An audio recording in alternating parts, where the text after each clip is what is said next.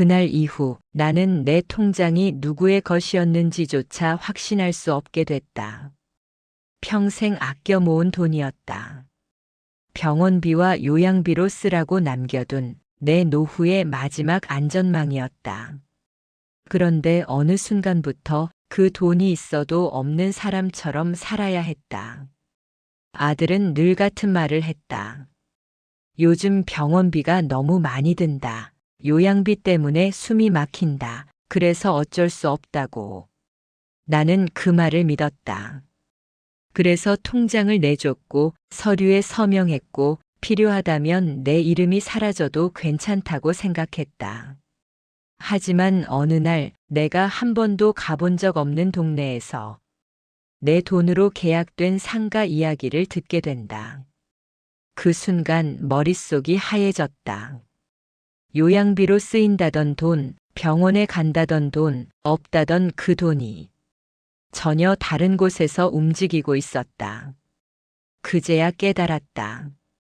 이건 단순한 오해도 착각도 아니라는 걸. 그리고 이 일은 하루아침에 벌어진 일이 아니라는 사실을.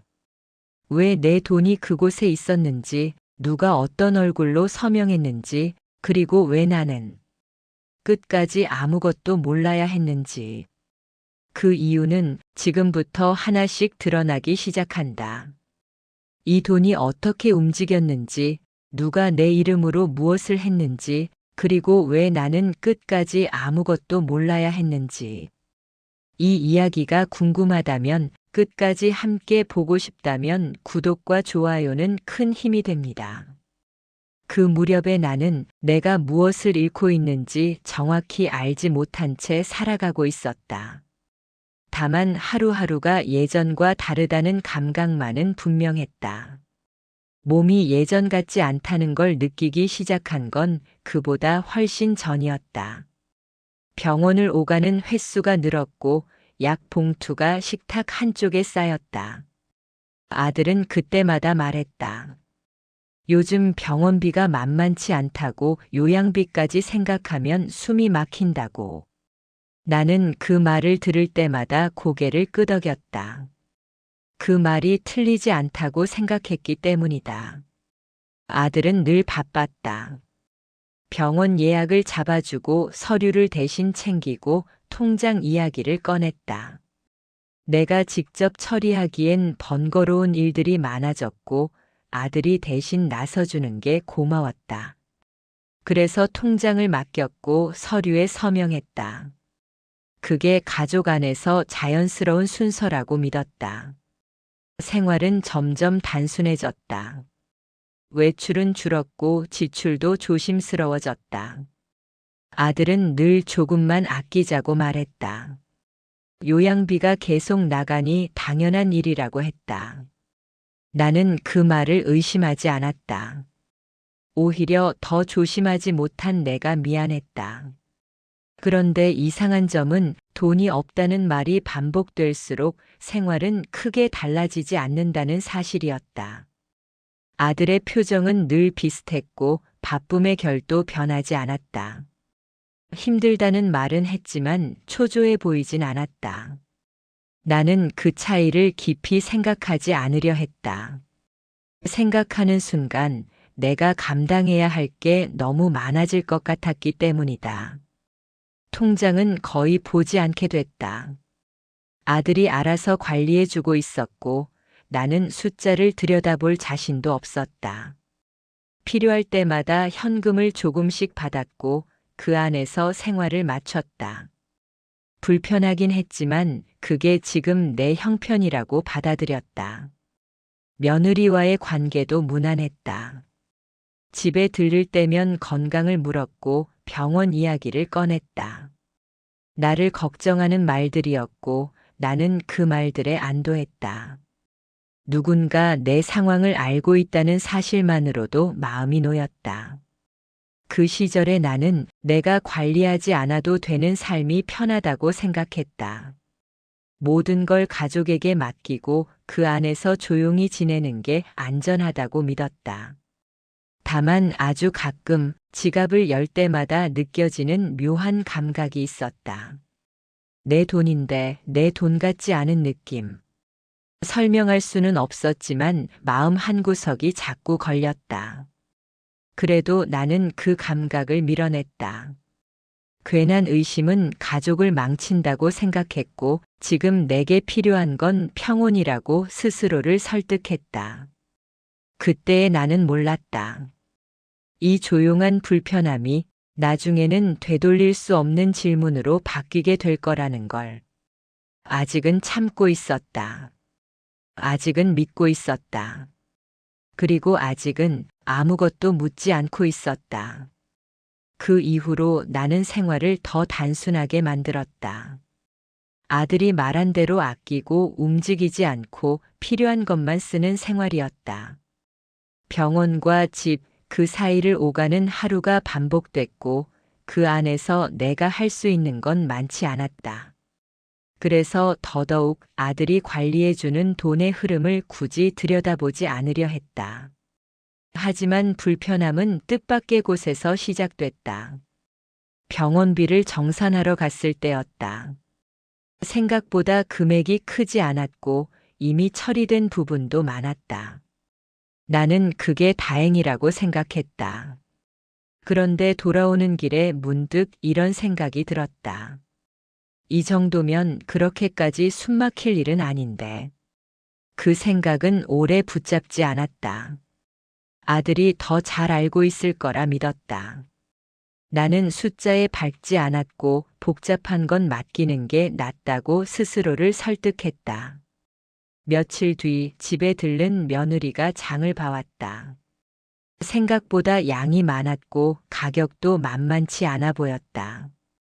나는 괜히 미안해져서 요즘 많이 힘들 텐데 괜찮겠냐고 물었다. 며느리는 웃으며 대수롭지 않게 넘겼다. 그 반응이 이상하다고 느끼기까지는 시간이 조금 걸렸다. 아들은 여전히 바빴다. 요양 관련 상담, 서류 처리, 외부 일정까지. 그런데 어느 순간부터 바쁨의 이유가 구체적으로 설명되지 않았다. 예전에는 병원 이름이나 담당자 이야기를 했는데 이제는 그냥 일이 많다는 말로 끝났다. 나는 그 차이를 알아차리고도 굳이 짚어내지 않았다. 통장을 떠올리게 되는 순간도 늘었다. 현금을 받을 때마다 사용처를 다시 계산하게 됐다. 이 돈으로 며칠을 버틸 수 있는지, 다음 병원 일정까지는 충분한지. 예전에는 하지 않던 계산이었다. 그러던 어느 날 동네에서 우연히 아는 사람을 만났다. 그 사람은 아들의 안부를 묻다가 요즘 여기저기 다니느라 바쁘겠다고 말했다. 나는 그 말의 의미를 정확히 이해하지 못했다. 여기저기라는 표현이 병원과 요양시설을 뜻하는 건지 아니면 다른 무언가를 말하는 건지 알 수 없었다. 그날 집에 돌아와 한참을 생각했다. 아들의 말과 내가 직접 보는 장면들 사이에 아주 작은 어긋남이 있다는 느낌. 확실히 틀렸다고 말할 수는 없었지만 그 어긋남은 점점 무시하기 어려워지고 있었다. 그래도 나는 여전히 묻지 않았다. 지금 이 나이에 가족을 의심하는 질문을 던지는 게 과연 옳은 일인지 확신이 없었다. 의심은 한 번 시작되면 되돌릴 수 없다는 걸 알고 있었기 때문이다. 그래서 나는 선택했다. 아직은 참고 지켜보는 쪽을. 하지만 분명히 느끼고 있었다. 이제 이 불편함은 기분이나 착각의 문제가 아니라 조금 더 가까이에서 확인해야 할 단계로 서서히 다가오고 있다는 사실을. 그 이후로 나는 아들이 건네는 말들을 그대로 받아들이지 못하게 됐다. 겉으로는 고개를 끄덕였지만 머릿속에서는 자꾸 계산이 먼저 돌아갔다. 요양비가 많이 든다고 했다. 병원비 때문에 숨이 막힌다고도 했다. 그 말이 사실이라면 우리 생활은 지금보다 더 조심스러워야 했다. 그런데 이상하게도 조심하고 있는 사람은 나뿐인 것 같았다. 아들의 옷차림은 변하지 않았고 차도 그대로였고 바쁘다는 말과 달리 얼굴에는 급한 기색이 없었다. 나는 그 차이를 보면서도 그래도 자식이니 나보다 사정이 낫겠지라며 스스로를 눌렀다. 통장을 떠올리는 순간이 더 잦아졌다. 필요한 돈을 받을 때마다 왜 이 금액인지 설명을 듣지 못했다는 사실이 뒤늦게 마음에 걸렸다. 예전에는 당연하다고 넘겼던 일들이 이제는 하나씩 질문으로 바뀌고 있었다. 어느 날 밤 나는 잠들지 못한 채 거실에 앉아 있었다. 문득 이런 생각이 들었다. 내가 지금 쓰고 있는 돈은 정말 내가 허락한 용도로 쓰이고 있을까? 그 질문이 머릿속에서 떠나지 않았다.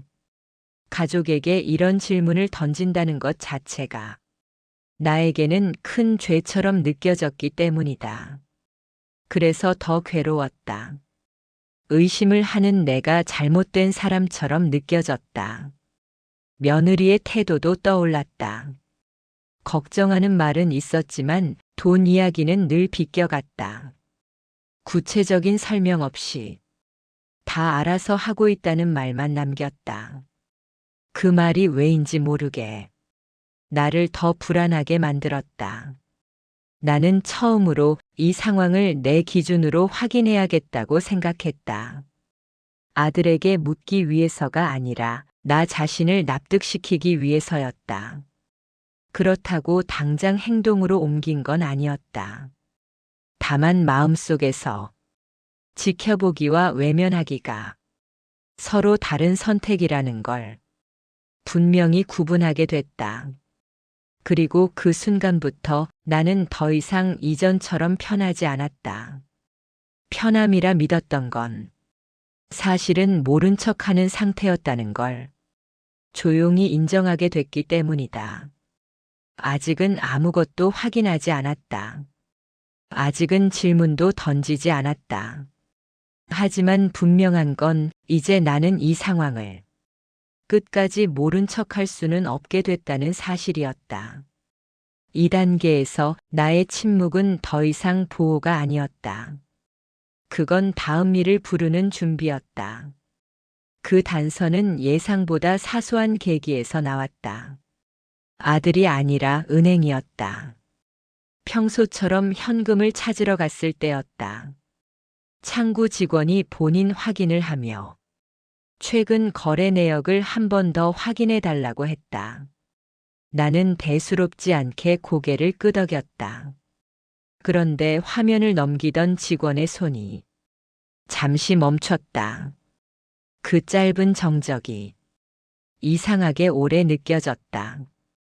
집으로 돌아와서도 그 장면이 머릿속을 떠나지 않았다. 그래서 나는 처음으로 아들에게 말하지 않고 통장 사본을 다시 확인했다. 그 안에는 내가 기억하지 못하는 거래가 있었다. 큰 돈은 아니었다. 하지만 용도가 분명하지 않은 출금, 그리고 설명 없이 반복되는 이체가 눈에 들어왔다. 요양비라고 하기엔 애매했고 병원비라기엔 시기가 맞지 않았다. 무엇보다도 그 돈들은 항상 같은 날짜 전후로 움직이고 있었다. 나는 숫자를 세기 시작했다. 한 달, 두 달, 세 달. 합치자 금액은 결코 무시할 수 없는 수준이 됐다. 그동안 내가 아끼고 줄여가며 생활한 이유가 한 번에 설명되지 않는 액수였다. 그때 처음으로 손이 떨렸다. 나는 그 돈의 사용처를 떠올려 보려 했지만 머릿속에 떠오르는 건 병원도 요양시설도 아니었다. 아무 장면도 연결되지 않았다. 며느리가 말했던 요즘 지출이 많다는 말, 아들이 늘 하던 조금만 더 버텨보자는 말들이 그제야 다른 의미로 들리기 시작했다. 나는 여전히 묻지 않았다.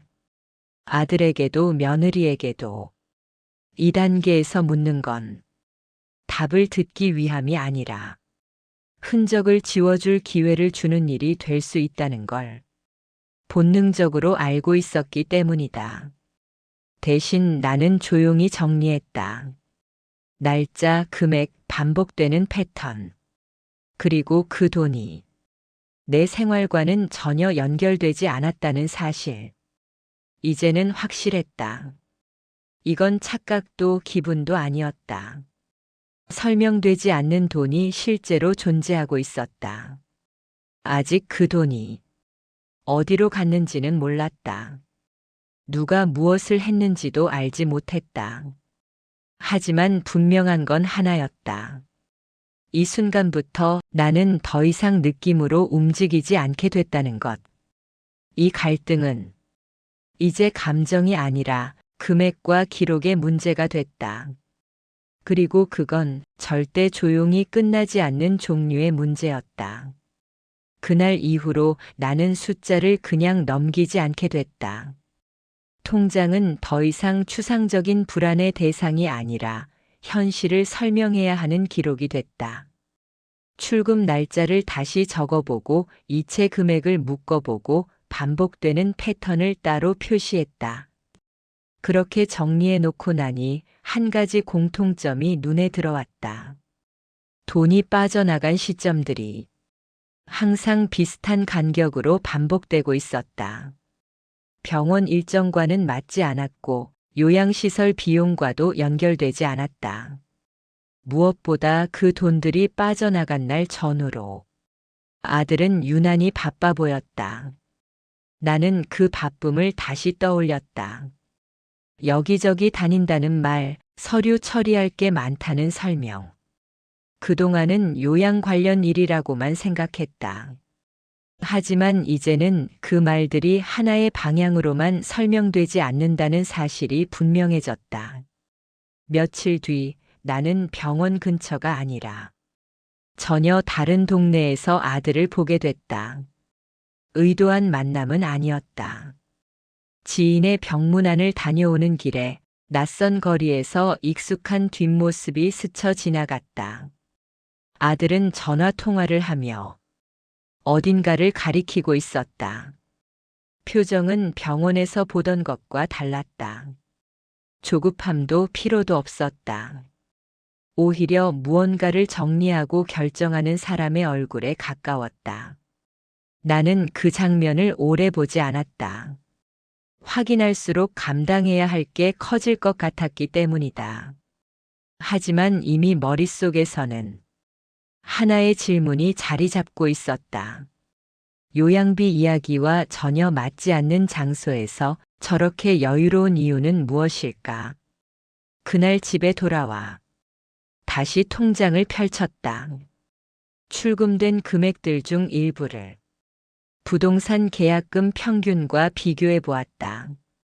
우연이라고 넘기기엔 묘하게 맞아떨어지는 숫자들이 있었다. 확신은 아니었다. 아직은 추정에 불과했다. 하지만 2단계에서 중요한 건 정답이 아니라 방향이었다. 이 돈이 병원으로 가지 않았다는 사실만으로도 이미 설명은 무너지고 있었다. 며느리의 말들이 떠올랐다. 요즘 여기저기 알아볼 게 많다. 정리할 게 많아서 정신이 없다. 그 말들이 왜 늘 구체적이지 않았는지 이제는 이해할 수 있을 것 같았다. 나는 여전히 묻지 않았다. 아들에게도 며느리에게도 이제는 감정이 앞서면 안 되는 단계라는 걸 스스로 너무 잘 알고 있었기 때문이다. 지금 필요한 건 분노가 아니라 확인 가능한 경로였다. 그래서 나는 처음으로 누군가의 도움을 떠올렸다. 가족이 아닌 사람, 이 상황을 감정 없이 볼 수 있는 사람. 아직 연락하지는 않았다. 다만 마음속에서 혼자서는 안 되겠다는 판단이 분명해지고 있었다. 이 시점에서 나는 이미 알고 있었다. 이 갈등은 단순히 돈이 어디로 갔는지를 밝히는 문제가 아니라 누가 나를 어떤 위치에 두고 있었는지를 확인하는 문제라는 걸. 아직 상가도 계약서도 보지 못했다. 아직 이름이 적힌 문서도 없었다. 하지만 돈의 방향은 조용히 그러나 분명하게 병원 바깥을 향해 움직이고 있었다. 그리고 그 사실 하나만으로도 이 이야기는 더 이상 되돌릴 수 없는 단계로 들어서고 있었다. 그 실마리는 내가 찾으려 해서 나온 것이 아니었다. 오히려 그 반대였다. 아무것도 보지 않으려던 순간 우연처럼 내 앞에 놓였다. 며느리가 집에 들른 날이었다. 병원 서류를 정리해 주겠다며 가방을 꺼냈고 나는 그저 옆에서 지켜보고 있었다. 그 가방에서 서류 몇 장이 바닥으로 흘러내렸다. 나는 무심코 그걸 주워들었다. 병원 서류라고 생각했다. 진료비 계산서나 요양 관련 안내문일 거라 여겼다. 하지만 종이의 질감이 달랐다. 병원 서류와는 다른 너무 단단하고 정리된 문서였다. 표지에 적힌 글자가 눈에 들어오는 데에는 그리 오랜 시간이 걸리지 않았다. 매매 계약서. 그 순간 머릿속이 멈췄다. 내가 알고 있던 요양비, 병원비, 그 어떤 이야기와도 전혀 맞지 않는 단어였다. 나는 아무 말도 하지 않았다. 며느리는 아무렇지 않게 서류를 다시 챙겼고 나는 아무 일도 없었던 것처럼 그 자리를 넘겼다. 하지만 그 한 장의 종이는 머릿속에서 사라지지 않았다. 며칠 뒤 나는 처음으로 등기부등본이라는 단어를 떠올렸다. 예전에는 내 삶과 상관없는 세계였다. 부동산 계약 소유. 그건 늘 남의 이야기였다. 하지만 이제는 달랐다. 통장에서 빠져나간 돈, 아들의 일정, 며느리의 서류 가방, 그리고 그날 바닥에 떨어진 매매 계약서라는 단어. 모든 조각이 하나의 방향을 가리키고 있었다. 나는 직접 움직이지 않았다. 대신 도움을 받을 수 있는 사람을 찾았다. 가족이 아닌 이 상황을 감정 없이 볼 수 있는 사람. 동네에서 오래 알고 지낸 법무사 사무실에 전화를 걸었다. 구체적인 설명은 하지 않았다. 다만 제 이름이 들어간 재산이 제가 모르는 사이에 움직였을 가능성이 있는지 확인할 수 있느냐고 물었다. 돌아온 대답은 짧고 단정했다. 확인할 수 있다는 말이었다. 며칠 뒤 내 이름이 들어간 등기 기록이 화면 위에 떴다. 직접적인 소유자는 아니었다. 하지만 내 돈이 흘러갔을 법한 시점과 어딘가의 소유권이 바뀐 시점이 묘하게 겹쳐 있었다. 아직은 실말이었다. 확정된 증거도 결론도 아니었다. 하지만 2단계에서 중요한 건 완성된 퍼즐이 아니라 퍼즐이 실제로 존재한다는 사실이었다. 나는 그날 처음으로 확실히 느꼈다. 이 문제는 가족 간의 오해로 끝낼 수 있는 종류가 아니라는 걸. 통장은 기록이었고 계약서는 방향이었으며 등기는 결과로 이어질 수 있는 문이었다. 그리고 그 문은 이미 반쯤 열려 있었다. 이제 남은 건 그 문을 끝까지 여는 일뿐이었다. 하지만 그건 다음 단계의 일이었다. 그날은 우연이라고 하기엔 너무 정확했다. 등기 기록에서 보았던 주소가 머릿속에서 지워지지 않아 나는 병원에 다녀오는 길에 그쪽으로 방향을 틀었다. 일부러 시간을 낸 건 아니었다. 다만 확인하지 않으면 더 이상 잠을 잘 수 없을 것 같았다. 상가는 생각보다 번듯했다. 신축 건물은 아니었지만 위치가 좋았고 1층에는 이미 임대가 들어와 있었다. 유동 인구가 끊이지 않았고 요양비가 빠듯하다는 말과는 어울리지 않는 풍경이었다. 나는 멀찍이 서서 건물을 올려다봤다. 이곳이 정말 내가 알고 있던 이야기의 일부라면 지금까지의 설명은 모두 다른 의미가 된다. 잠시 후 익숙한 뒷모습이 시야에 들어왔다. 아들이었다. 병원에서 보던 모습과는 전혀 달랐다. 급하지도 피곤하지도 않은 걸음. 누군가를 기다리는 듯한 여유가 있었다. 나는 그 순간 발걸음을 멈췄다. 더 가까이 가면 이 장면이 되돌릴 수 없는 사실로 굳어질 것 같았다.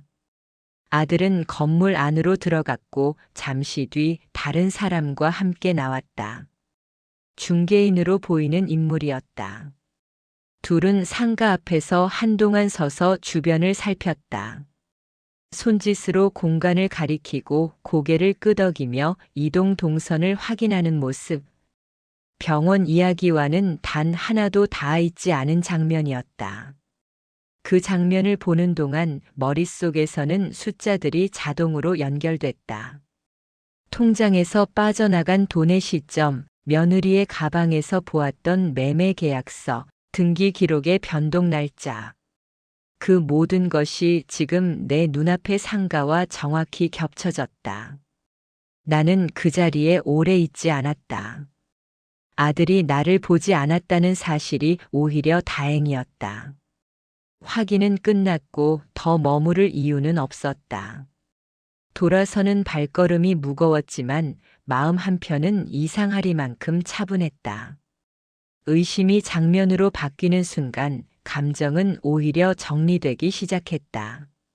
집으로 돌아오는 길에 나는 다시 한번 상가 주소를 떠올렸다.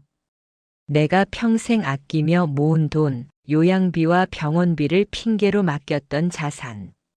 그 돈이 지금은 사람들의 발걸음이 오가는 이 상가의 일부가 되어 있었다. 그날 밤 나는 통장을 다시 펼쳤다.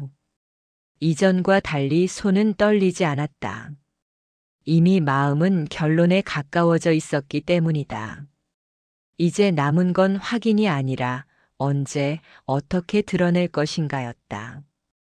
이 사실을 아들에게 묻는 순간 그는 준비할 시간을 얻게 된다. 그건 내가 원하는 방향이 아니었다. 며느리의 얼굴도 떠올랐다. 서류 가방을 정리하던 손놀림, 아무렇지 않게 넘기던 태도. 이제 와 생각해보니 그 모든 행동은 이미 결정된 일을 관리하는 사람의 모습에 가까웠다. 이 상가가 처음이 아니라는 생각이 스쳤지만 나는 그 추측을 더 확장하지 않았다. 지금은 범위를 넓힐 때가 아니라 확실한 장면을 쌓아야 할 때였다. 그날 이후로 나는 말을 아꼈다. 아들의 연락에도 며느리의 안부에도 같은 반응을 보였다.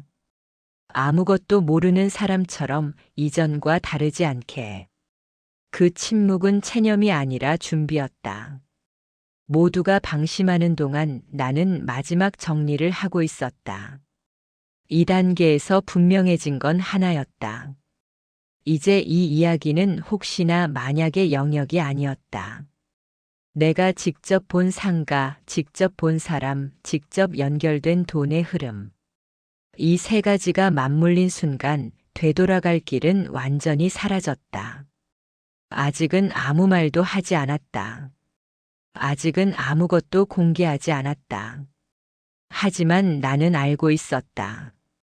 다음 단계에서는 이 장면이 더 이상 나 혼자만의 기억으로 남지 않게 될 거라는 것을. 그리고 그때 이 침묵은 더 이상 보호가 아니라 가장 큰 압박이 될 준비를 마치게 된다. 그날 이후로 나는 더 이상 새로운 사실을 찾지 않았다. 이미 충분했기 때문이다. 이 단계에서 필요한 건 추가 증거가 아니라 정리였다. 상가를 본 뒤로 모든 기억이 다시 정렬되기 시작했다.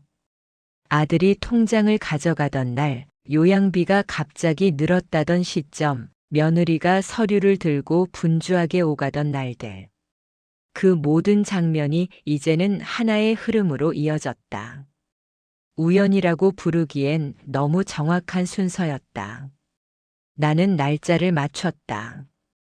통장에서 빠져나간 돈, 등기 변동이 있었던 시점, 상가 앞에서 아들을 목격한 날. 그 사이에는 빈칸이 없었다. 설명은 필요 없었고 변명도 들어갈 자리가 없었다. 그런데도 나는 아무 말도 하지 않았다. 아들에게도 며느리에게도. 그 침묵은 두려움이 아니라 의도적인 선택이었다. 이 단계에서 말을 꺼내는 건 사실을 밝히는 게 아니라 그들에게 정리할 시간을 주는 일이 될 수 있었기 때문이다. 아들은 여전히 요양비 이야기를 했다. 나는 여전히 고개를 끄덕였다. 그 모습이 오히려 그를 불안하게 만들고 있다는 걸 나는 느낄 수 있었다. 내가 묻지 않는다는 사실이 이전과는 다른 긴장을 만들어내고 있었다. 며느리도 달라졌다. 이전처럼 자연스럽지 않았고 서류를 다루는 손이 더 빨라졌다. 집에 머무는 시간도 짧아졌다. 마치 무언가를 서둘러 마무리해야 하는 사람처럼. 나는 그 변화를 기록처럼 받아들였다. 감정은 이미 지나갔고 이제는 행동만이 남아 있었다. 이 침묵이 길어질수록 그들은 스스로 흔들리고 있었다. 어느 날 밤 나는 오래된 서류철을 꺼냈다.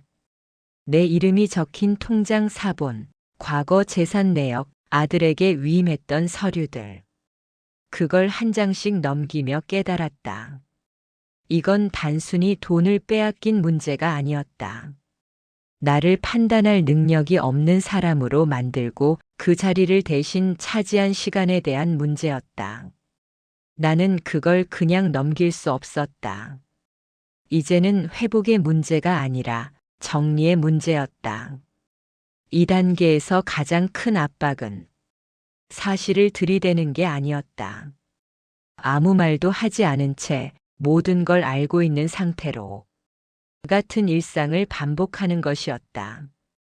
아들은 나를 예전처럼 대하지 못했다. 며느리는 내 눈을 오래 보지 못했다. 그 변화는 미세했지만 분명히 존재했다. 침묵은 그들에게 점점 확인되지 않은 공포가 되고 있었다.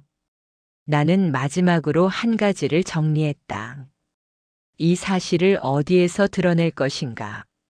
가족 안에서 조용히 묻을 문제는 아니었다. 이 일은 가족이라는 이름 뒤에 숨겨질 수 없는 종류의 일이었다. 사람들이 모이는 자리, 피할 수 없고 말을 돌릴 수 없는 자리. 그곳에서는 누구도 몰랐다고 말할 수 없다. 그 자리가 머릿속에 선명해진 순간 나는 알았다. 이미 선택은 끝났다는 걸. 이제 남은 건 언제 침묵을 끝낼 것인가였다. 그리고 그 침묵은 곧 모두가 듣게 될 가장 큰 소음이 될 준비를 마치고 있었다. 이 단계에 들어서자 나는 더 이상 혼자 판단하지 않았다. 확인해야 할 건 이미 충분했고 이제 필요한 건 절차였다. 처음 연락한 곳은 구청이 아니었다. 세무도 경찰도 아니었다. 가장 먼저 찾은 건 이런 상황을 수없이 다뤄본 사람의 책상이었다. 서류와 숫자를 감정 없이 보는 사람. 나는 모든 이야기를 한 번에 꺼내지 않았다. 통장 사본, 출금 기록, 등기 변동 시점, 그리고 상가에서 직접 목격한 장면까지. 순서대로 빠짐없이. 그 사람은 중간에 끼어들지 않았다. 다 듣고 나서야 조용히 말해주었다. 이건 가족 문제로 끝낼 수 있는 범위가 아니라는 것. 그리고 이미 행정적으로 움직일 수 있는 선을 넘었다는 것. 그 말은 내가 스스로를 과민하다고 의심하던 시간을 단번에 지워버렸다. 이제 이 일은 감정이 아니라 공적인 판단의 영역으로 넘어가고 있었다. 절차는 차분했다. 어디에 어떤 기록이 남아있는지, 누가 어떤 권한으로 움직였는지, 내 이름이 어떻게 사용되었는지. 모든 건 문서로 확인 가능했고 그 문서들은 이미 존재하고 있었다. 나는 처음으로 행정기관의 이름을 적기 시작했다. 세무서, 등기소, 금융기관. 이름을 적는 행위 자체가 돌아갈 수 없는 선택이라는 걸 알고 있었다. 하지만 망설임은 없었다. 이 단계에서 중요한 건 상대에게 알리지 않는 것이었다. 아들이나 며느리가 눈치채는 순간 자산은 움직일 수 있고 기록은 흐려질 수 있다. 그래서 나는 평소와 똑같이 행동했다. 아들의 말에 고개를 끄덕이고 며느리의 안부를 받아주고 아무것도 모르는 사람처럼. 하지만 이미 그들은 무언가를 감지하고 있었다. 아들의 질문이 늘었고 며느리의 전화는 짧아졌다. 나는 그 변화를 확인하며 이 압박이 제대로 작동하고 있다는 걸 알았다. 행정 절차는 생각보다 빨랐다. 금융 거래 흐름은 명확했고 자금의 이동 경로도 분명했다. 차명 여부, 자금 출처, 그리고 요양비 명목과의 불일치. 이 모든 건 설명할 수 없는 영역으로 분류됐다. 그제야 나는 실감했다. 이제 이 일은 가족 간의 설득이나 대화로 끝낼 수 있는 단계가 아니라는 걸. 나는 마지막으로 공개될 자리를 떠올렸다. 사람들이 모이고 기록이 공식적으로 제시되는 공간. 그곳에서는 누구도 개인사로 덮을 수 없다. 이제 남은 건 그 자리에 나가는 일뿐이었다. 말을 하기 위해서가 아니라 이미 정리된 사실을 보여주기 위해서. 그날 밤 나는 오랜만에 깊이 잠들었다. 결정을 미룰 때의 불안은 사라졌고 절차 위에 올라섰다는 확신만 남아 있었다. 이제 침묵은 끝을 향하고 있었다. 다음 단계에서는 이 모든 준비가 모두가 보는 자리에서 작동하게 될 것이었다. 자리는 조용했지만 성격은 분명했다. 가족 간의 대화가 아니라 공적인 판단이 내려지는 자리였다. 나는 그곳에 보호받아야 할 대상이 아니라 권리를 회복하러 온 당사자로 앉아 있었다. 자료는 순서대로 제시됐다. 요양비와 병원비 명목으로 반복 인출된 금액, 그 자금이 흘러간 계좌, 그리고 최종적으로 연결된 상가와 오피스텔 계약서. 모든 기록은 하나의 방향을 가리키고 있었다. 문제는 단순한 금전 분쟁이 아니었다. 내 의사와 무관하게 재산이 관리됐고 내가 이해하지 못하는 방식으로 사용됐으며 그 결과 나는 최소한의 생활만 유지한 채 의존적인 상태로 고정돼 있었다. 그 판단은 공식적으로 내려졌다. 요양비를 빌미로 한 자산 사용은 노인복지법상 경제적 학대에 해당한다는 결론. 가족이라는 이유로 용인될 수 있는 범위를 이미 넘었다는 판단이었다. 그와 동시에 성년후견 개시 결정이 내려졌다. 재산 관리 권한은 가족에게서 박탈됐고 제3의 공적 후견인이 지정됐다. 그 순간 나는 더 이상 누군가의 판단에 의존하는 존재가 아니게 됐다. 재산은 돌려받았다. 상가와 오피스텔에 묶여있던 자금은 정리됐고 차명으로 분산돼 있던 지분 역시 회수 대상이 됐다. 민사적으로는 재산 반환 판결이 내려졌고 그 과정에서 드러난 자금 흐름은 행정기관으로 그대로 넘어갔다. 가족 관계는 그 자리에서 끝났다. 감정적으로가 아니라 제도적으로 정리됐다. 연락 권한, 재산 접근 권한, 모든 연결고리가 차단됐다. 그건 벌이 아니라 더 이상의 피해를 막기 위한 조치였다. 사람들은 그걸 두고 차갑다고 말할지도 모른다. 하지만 나는 처음으로 느꼈다. 이건 단절이 아니라 회복의 시작이라는 걸. 이후 나는 선택했다. 다시 가족에게 기대는 삶이 아니라 내가 결정권을 가진 삶을. 자립형 실버하우스로 거처를 옮겼다. 누군가에게 관리당하는 시설이 아니라 내 생활을 내가 정하는 공간이었다. 식사 시간도 병원 일정도 방문객도 내가 결정했다. 처음 며칠은 낯설었다. 하지만 불안하지는 않았다. 돈의 흐름이 투명했고 내 이름으로 된 결정들이 쌓여갔다. 그게 이렇게 편안한 일이라는 걸 그제야 알게 됐다. 아들은 더 이상 내 삶에 등장하지 않았다.